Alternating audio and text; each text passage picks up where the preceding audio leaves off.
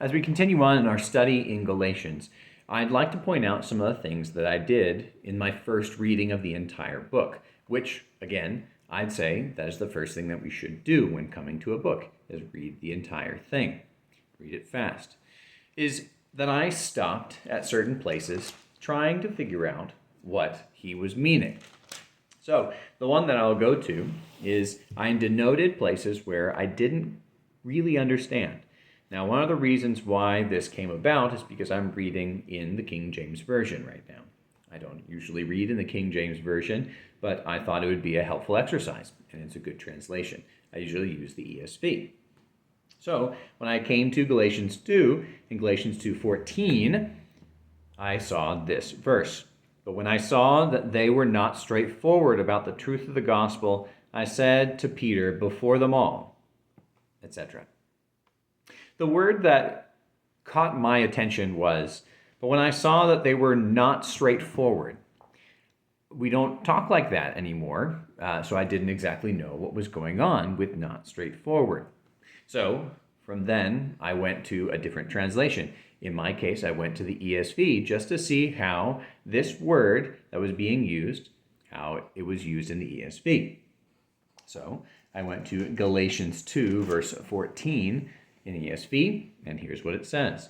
But when I saw that their conduct was not in step with the truth of the gospel. In step and not straightforward.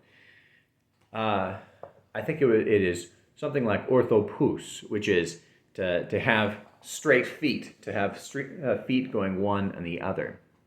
I, of course, went to the Greek to find more understanding on these things.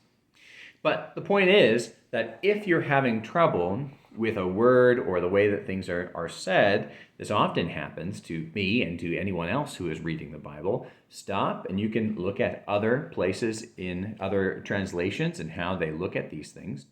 And then I'd encourage you to look it up online and see what the word is in Greek, in the case of the New Testament, or Hebrew, usually in the case of the Old Testament, and see how it's used otherwise.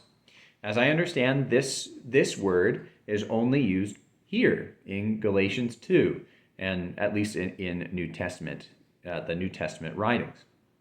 And it's still helpful because orthos and pous, both of those are dealing with other words that are very common. So you can go from there and understand what those things mean.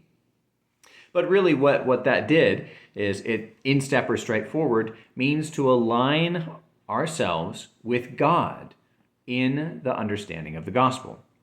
So as God has revealed it, Paul, of course, has already done this when he's spoken about how the Lord worked in his life to draw him to himself and gave him the gospel by revelation. And when he went to other places with those who had seemed to be pillars, they added nothing to him. And why is this? Because he received the gospel by revelation. It is not his gospel.